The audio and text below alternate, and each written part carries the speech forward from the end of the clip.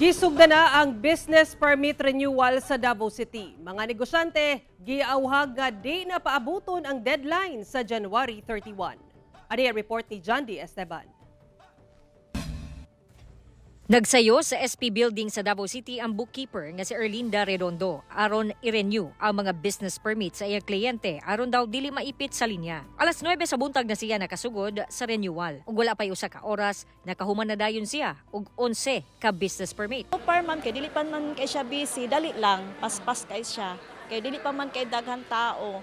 Mo nang nag-una nami kay para dili nami ma-absent sa mga due dates. Sa unang adlaw sa business permit application, pipila pa ang nag-apply ug nag-renew og business permit. Giauhag sa Davao City Business Bureau ang mga negosyante nga dili na magpaabot og deadline karong January 31 una lihukon ang mga business permit. Ang ginauhag gyud ang ubang tao pa nga as early as possible, they will process already so that in the coming days kung namin mga aberya sa panahon man kalamidad at least natadaan nakarenew na ta.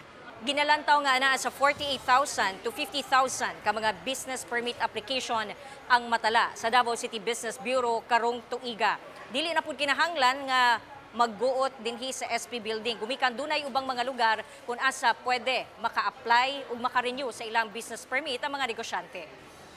Gawa sa SP Building alang sa Poblacion District, dunasab sa Almendras Gym alang sa Talumo ug Agdao District. Sa usa ka mall sa Buhangin alang sa Buhangin District, Kalinan Gym sa Kalinan District, Baguio District Treasury Office, Marilog District Treasury Office, Tugbok District Treasury Office, Turil District Treasury Office, Bunawan District Treasury Office ug Pakibato District Treasury Office. Giauhag sa mga negosyante nga pwede ra pud online ang pagproseso sa Step 1 hangtod Step 3 aron dili na malangan sama sa pag-file sa documentary requirements, pag-fill out sa form ug ang pag-upload sa mga rekisitos. Let's embrace ato ang online nga proseso kay mas convenient siya and comfortable sa ilaha.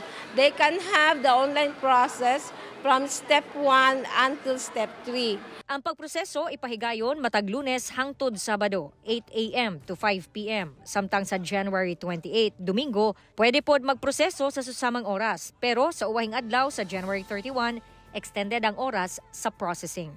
Kauban si Jojo Solarte sa kamera. Ako si John D. Esteban para sa One Mindanao.